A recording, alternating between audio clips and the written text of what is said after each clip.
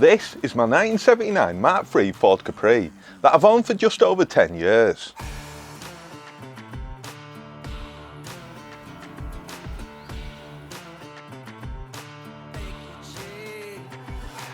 It was actually my first car.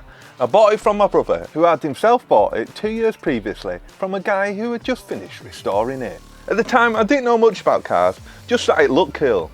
I also didn't have much money, so it helped that I would be able to insure this on a classic insurance policy, which would cost a fraction of the price of a more modern car.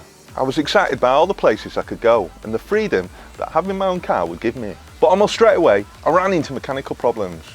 I'd spent all my money buying the car, so I didn't really have the money left to take it to the garage.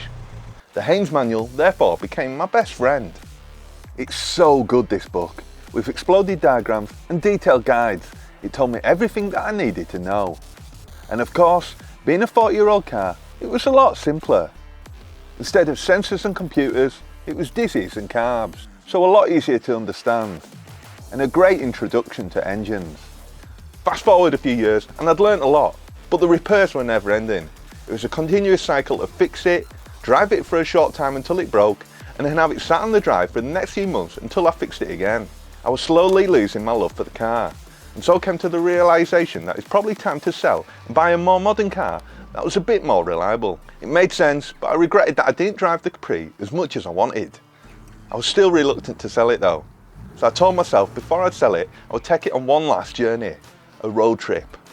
But rather than come up with a destination and then the car probably break down along the way and forever be disappointed that it never made it, I decided instead to just drive it until it broke down. Wherever it broke down, then that would be the destination.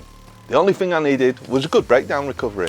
So after a couple of weeks of getting ready and geeing myself up, I set off. I put on Facebook my plans and asked friends how far they thought I would get. Instead of cities and faraway towns, I got local road names. It was clear that everyone else had as much faith in the car as me.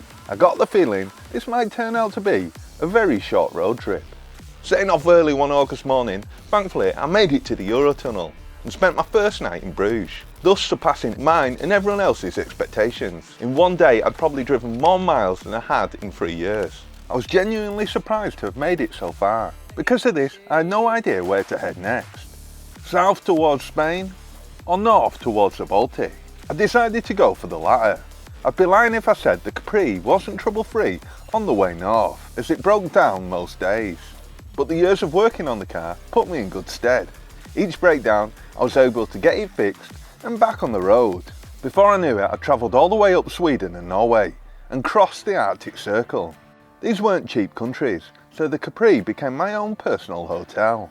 I then drove down through Finland, crossed the Baltic and down through Eastern Europe, back to the UK. It was one hell of a trip and everything I dreamt about when I first bought the car all those years ago. I couldn't possibly sell it now. So a year later, I took it on another trip, this time heading south, getting as far down as Istanbul in Turkey. I got to drive some amazing roads along the way, such as the Trans-Fagarasan Highway.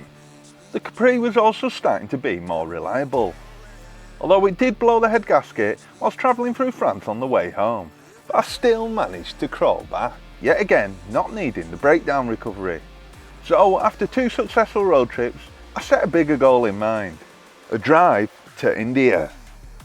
This would be a serious step up, so I got to work making preparations. But alas, COVID came and put a halt to these plans. I don't have a garage, so unfortunately over this time, the tired Capri deteriorated even more to where it is today. Looks worse than it is, but it's still not good. Not long after I bought it, I noticed that bubbles would appear during cold weather in the paint. I suspect these might have been water trapped in the top coat, but eventually they all popped and now the paint is just peeling off. There's also a bit of welding that needs doing, mainly around the rear arch, and on top of that, it's also midway through an engine conversion. It started life as a 1.6 Pinto with a 4-speed box and single carb. I then later upgraded to a 2-litre Pinto with a Weber carb. This would have been a good place to stop, but I was tempted by the reliability and easy power of an ST170 engine from a Ford Focus. I'm nearly ready to start this new engine and find out if it was all worth it. With it back running, I'll then sort out the welding and paint, and then it's ready for India. So that's the story of my '79 Mark III Ford Capri. Time to stop procrastinating and getting back on the road.